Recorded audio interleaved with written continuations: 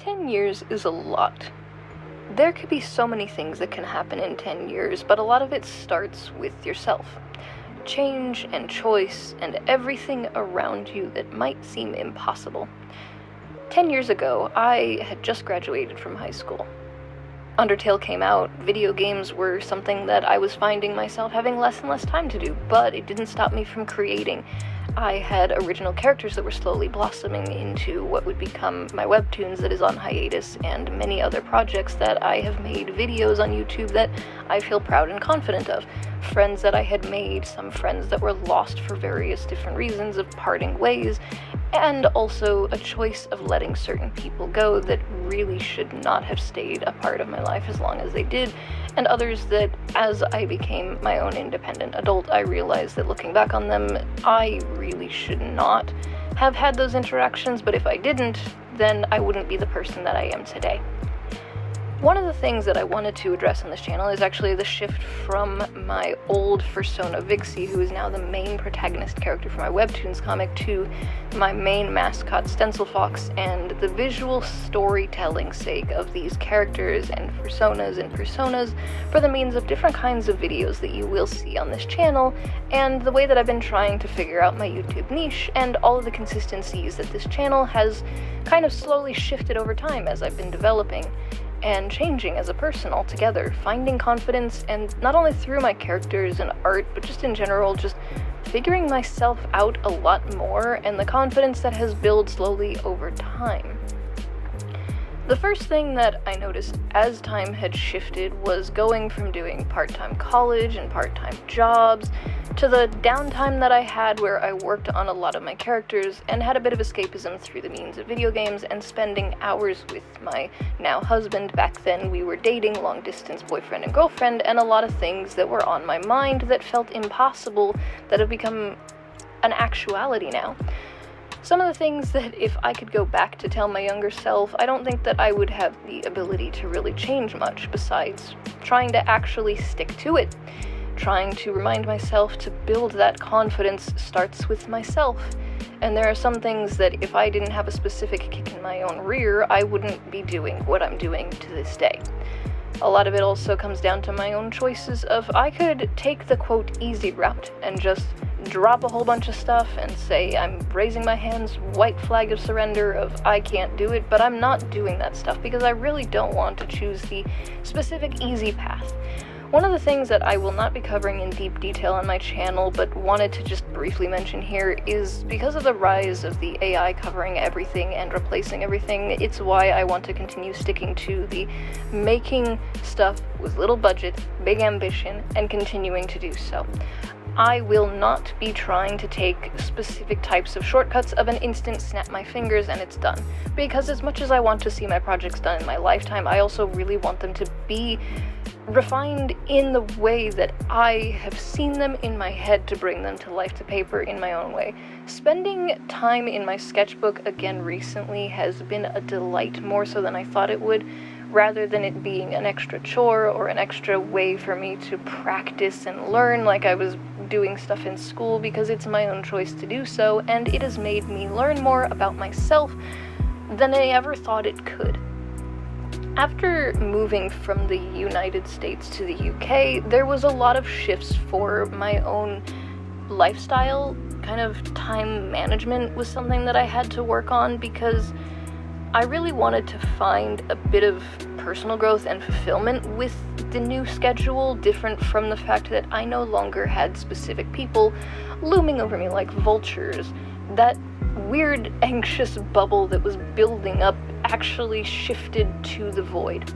The creation of the void was essentially a lot of the negative things personified from Stencil Fox through like the art studio and a lot of the visual means so that I could share with you all a lot of these. Escapism mixed with reality in art means it's really weird to describe the void without having to actually create content of the void. Because when I try and talk to somebody, it is easier for me to show them stuff than it is for me to sit there and tell them stuff.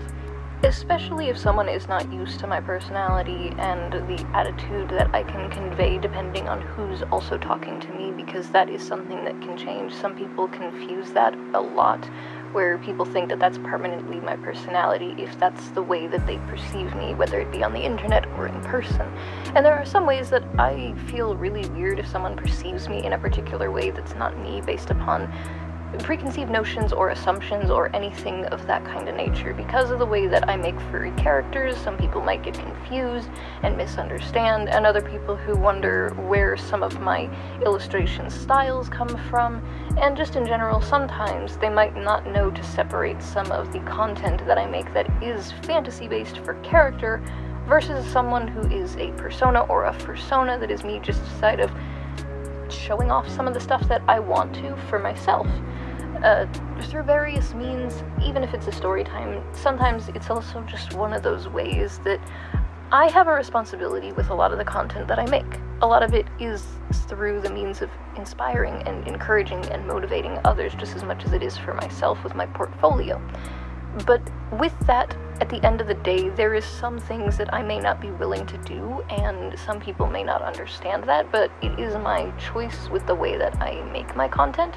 It's changed a lot over the past few years. When I first started making some of the illustrations, I wasn't sure where my channel was going to go, but I'm proud of where it is today, and I hope that the confidence and the consistency and the adjustments from my revamping and adjustments of everything with the channel has been something that every single subscriber has been enjoying, and those who are new can enjoy. The tons of playlists that I have made are also there for an important reason of me trying to organize to keep that consistency over time,